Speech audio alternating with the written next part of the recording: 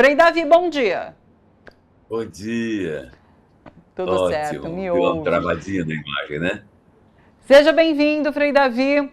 Eu queria começar te questionando em relação a essa humildade do Papa Francisco. Ele foi humilde durante a vida e agora o velório está sendo coerente, né, com essa simplicidade. E daí eu queria te questionar o que Francisco quer com isso. Assim, a gente sabe que ele buscou durante a vida e agora como mensagem após a morte aproximar a igreja do povo de fato, né? É isso. É passar essa humildade no sentido de tornar a igreja cada vez mais popular. Olha só, dos 6 últimos papas que passaram pelo Vaticano, nós temos a alegria de dizer que nós somos abençoados por Deus, presenteados por Deus, por ter agora vivenciado, convivido, respirado, seguido o Papa que mais tentou atualizar Jesus Cristo para os dias de hoje. A vida dele foi um constante gesto de atualização de Jesus Cristo. Que Jesus na simplicidade, no amor aos pobres, Jesus que ali, diante da prostituta condenada, ele fala: quem não tem pecado, atire a primeira pedra. Então, Jesus está defendendo a todos os quebrados e humilhados. E ele, então, teve uma trajetória nesta linha. E a humildade, evitar pompas, foi sempre um elemento que ele fez questão de destacar. Eu nunca na minha vida vi o Papa com roupa civil. E ele agora, nesses últimos dias, teve o gesto lindo de sair na cadeira de rodas com calça comprida, normal de um cidadão masculino, com uma blusa simples. Ou seja, o que é isso? É mensagem ao mundo. Ou o mundo busca simplicidade, ou o mundo vai se detonar todo. O que gera tanta miséria é a riqueza de alguns contra a miséria da maioria. O que gera muita fome é a opulência de alguns contra a necessidade e o direito da maioria. Direito da maioria. Portanto, esse Papa vai ficar na história porque ele congrega pessoas de todas as religiões. Não conheço uma só religião do mundo que não tenha prestado homenagem ao Papa. Agora, um dado interessante é que a quantidade de matérias nos jornais do mundo inteiro que não está na linha de destacar os gestos bonitos e de humildade do Papa é quase zero. É quase zero. E algumas redes sociais e pessoas que vivem uma direita equivocada, que vivem um conservadorismo doentio, tem feito falas totalmente equivocadas. E, graças a Deus, a imprensa não está dando espaço, não está dando atenção, e esses aí vão continuar sendo a minoria absoluta. E o que me alegra muito é saber que o bem está vencendo. Perfeito. Estou até procurando essa imagem que você citou, ela rodou nas redes esses últimos dias, né? Daqui a pouquinho a gente traz aqui do Papa. Parece até um pijaminha, né, que ele está vestindo. Poncho argentino. Ele tá. Eu achei que era uma coberta, mas agora que eu estou vendo melhor, é um poncho realmente. É um poncho argentino. Daqui a pouquinho a gente coloca essa imagem, já passei aqui para o pessoal. A calça comprida com poncho, isso mesmo. Exato, uma calça preta. Argentino, isso mesmo. Que bacana. Ele que usou sapatos pretos, né, Frei? Muito obrigado. Tá aí no ar, ó. Olha lá, tá ele lá. É um poncho argentino. Primeira vez na minha vida que vejo um Papa com calça comprida. Nunca ninguém viu essa imagem antes. Vou aqui passar por cima da prioridade que a parceira sempre tem de fazer a primeira pergunta. Não. Tá bom? Frei, o Papa usava sapatos pretos, né? E eu brinquei aqui ontem, brinquei não, quando a gente falou sobre esse assunto ontem, né? O Papa anterior, o Papa Ratzinger, usava múlios, que são sapatos vermelhos com detalhes em ouro. Começa daí a simbologia de humildade, né? Não é só o franciscano, ele não era franciscano, era jesuíta, mas escolheu o nome de Francisco, né? Mas o franciscano faz voto de pobreza. O senhor fez, né? É algo que ele quis trazer para dentro da igreja ou ele quis mostrar para fora? Ou as duas coisas? As duas coisas, principalmente para dentro da igreja. Infelizmente mesmo, os padres recém-ordenados, estranhamente, assim que eles assumem a paróquia, tudo que eles querem é reformar sua casa, comprar carro do ano. Ou seja, hoje em dia, Padres? estamos com um problema sério. Os novos padres, Nossa. assim que ele é ordenado, quer reformar sua casa, casa paroquial, quer comprar carro do ano. Está se perdendo muito isso. Então, Francisco, com a própria vida, deu esse testemunho. E eu espero que esse testemunho cole em todas as dioceses do mundo, cole no coração de todos os padres do mundo, que o caminho não é você andar com o carro do ano, não é andar, não é fazer academia, não é academia para poder mostrar beleza física. Não. O gesto é seguir Jesus Cristo. Seguir Jesus é humildade e trabalhar fortemente, olhando e vendo a justiça como grande ferramenta de pregar o evangelho. Isso se perdeu muito na igreja. A justiça, e está ao lado da justiça, parou para muitos padres e muitos bispos de ser a principal ferramenta de pregar o evangelho. Pregar o evangelho passou a ser praticamente fazer missa, confissão, rezar terço. Tudo isso é necessário e importante, mas tudo isso não tem nenhum valor diante de Deus se não tiver a prática do amor e da justiça. Laura? Não, eu acho essa fala tão importante, porque eu tive a oportunidade de fazer um perfil do Padre Jaime, lá da Zona Sul de São Paulo, um homem Heliópolis. santo, um homem que vivia focado mesmo no trabalho com a comunidade pobre e tal, como o senhor. Né? Pessoas que vivem 24 horas por dia essa missão, né? Que é uma missão da fé mesmo. E qual não foi a minha surpresa quando descobri que um dos vários substitutos que teve Padre Jaime naquela paróquia se formou em odontologia e tinha um consultório super bem sucedido como dentista, pago o consultório, os serviços dele, e ele ia para lá, para a paróquia, para fazer isso que o senhor falou, com hora marcada, para rezar a missa, pegar a confissão e sair embora correndo rapidamente. Não morou na casa paroquial, porque, olha, afinal de contas, Além de tudo, era longe, né? aquela casa paroquial Sim. é longe, é num dos bairros mais pobres de São Paulo e tal. Então, ele morava em outro lugar, ou seja, padres desenraizados mesmo do território, da paróquia, dos sentimentos, do desamparo, do sofrimento e tal. Então, eu acho, e essa fala que o senhor fez agora é muito importante, que o padre, o Papa Francisco, era um cara que estava tentando trazer de volta esses valores, que é a dedicação à fé mesmo, a dedicação plena, né? E, infelizmente, a Igreja Católica ainda está nesse grande impasse, né?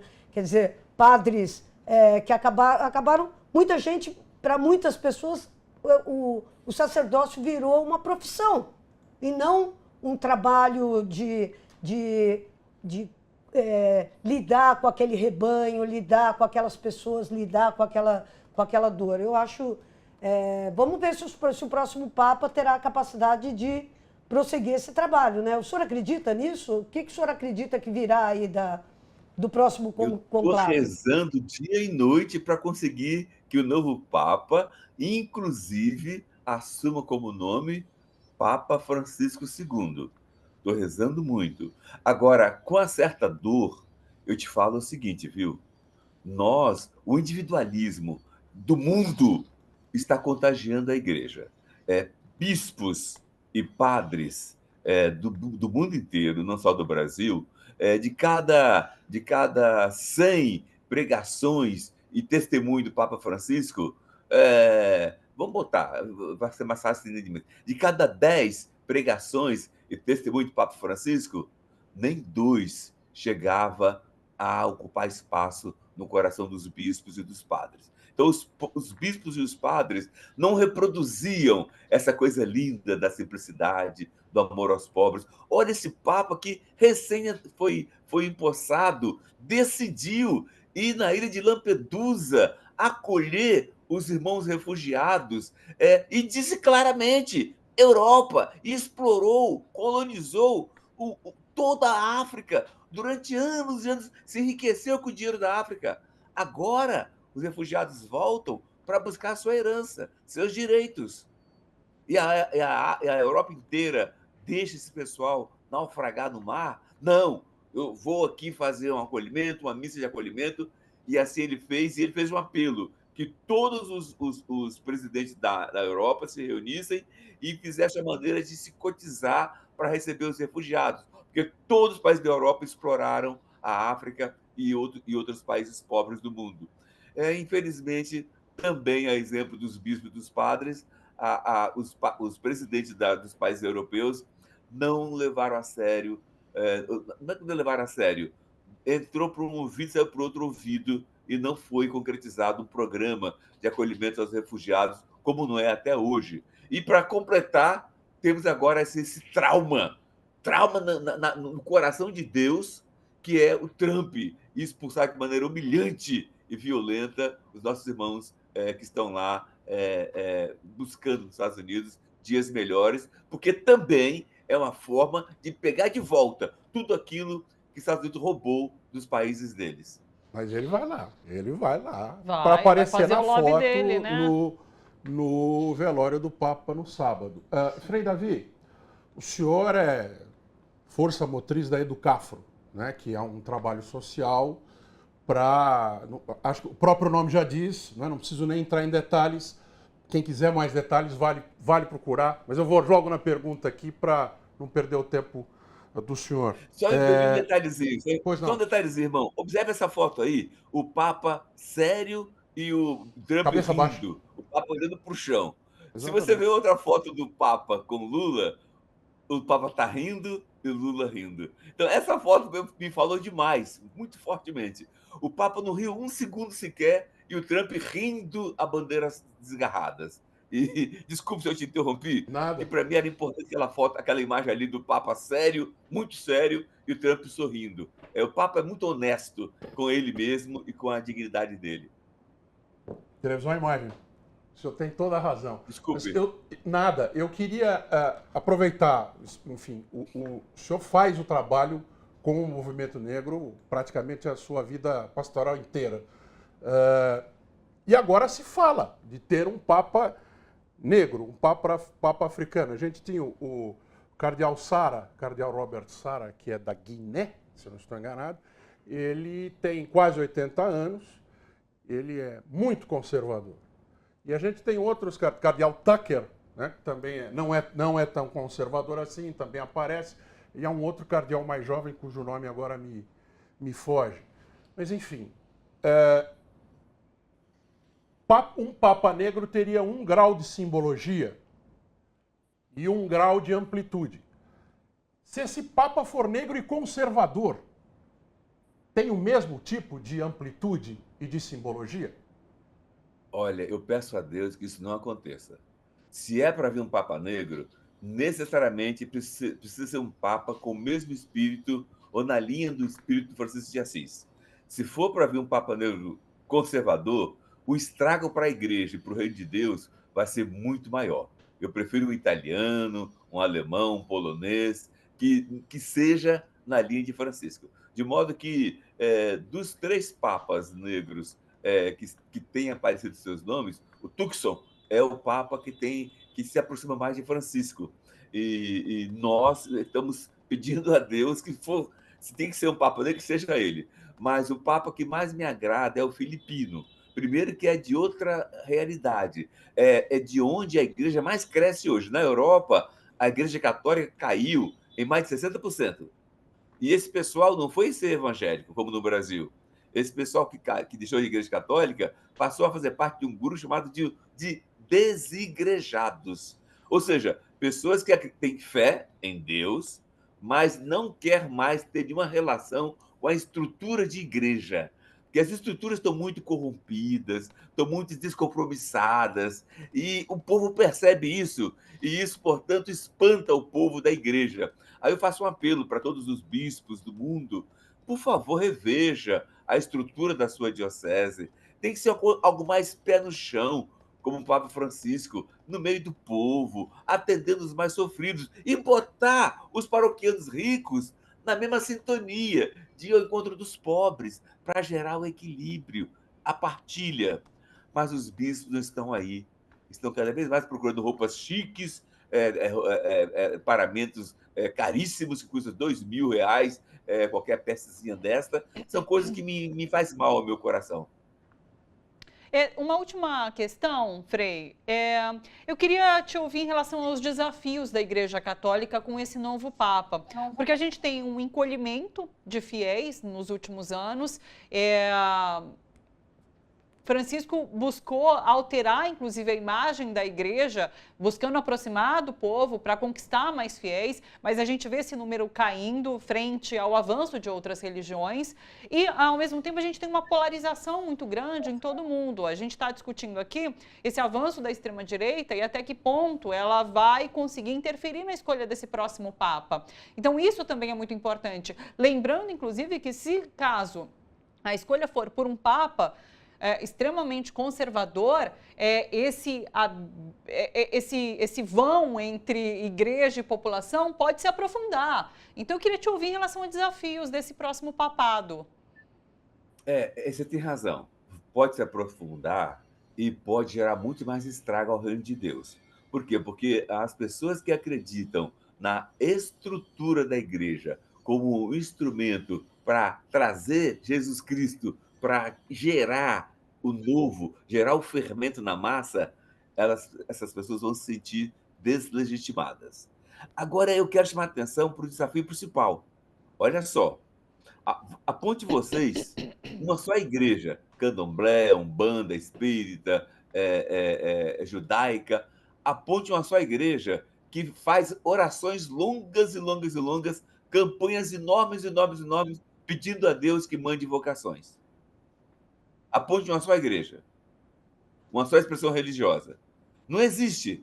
A única igreja do mundo que faz campanha pedindo a Deus para mandar vocação é a Igreja Católica.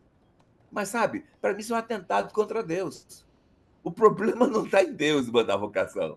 O problema está na formatação da estrutura que não atrai a juventude mais. Aponte, olha, de cada 10 jovens que entram hoje na igreja, 8 abandonam nos primeiros anos. Por que abandonam? Porque reconhece que uma coisa é o evangelho que ela vivenciou, que ela leu na sua casa, no seu quarto. Outra coisa é a estrutura pesada da igreja, que muitas vezes ela é até injusta na maneira de encaminhar com os seus procedimentos. Então, eu faço um apelo que o novo Papa consiga discutir todos os erros da igreja que desanima a juventude de seguir a vocação. E enfrente esses erros e assim possamos voltar a ter vocações e atender o povo. O povo quer viver a fé de maneira simbolizada na sua liturgia, mas quer uma fé com mais compromisso com Jesus Cristo, uma fé que transmite mais justiça, paz, partilha, solidariedade. Porque, olha, gente, eu não conheço uma só pessoa que viveu justiça, paz, partilha, solidariedade, que ela não fale que eu fui a principal beneficiada. Não foi o pobre que eu atendi que foi o principal beneficiado, fui eu. Porque o bem espiritual que isso gera em nós é simplesmente incalculável. Frei, um prazer te receber. Muito obrigada pela sua disponibilidade, viu? A gente está ligado aqui nessa cobertura no conclave, que deve começar agora nos próximos dias, e conto com a sua participação mais vezes para nos ajudar a entender todo esse processo, viu? Um abraço para você e até uma próxima. Boa noite conosco. Até. Só uma mensagem finalzinha Diga. rápida. Opa, pode voltar, fala. Se algum jovem que está seguindo vocês quiser ganhar uma bolsa de estudo em uma universidade pela Educafro, entre no seguinte link, ou que é ALL, MY, links, links.com/educafro. Se puder botar depois aí na rede, eu agradeço.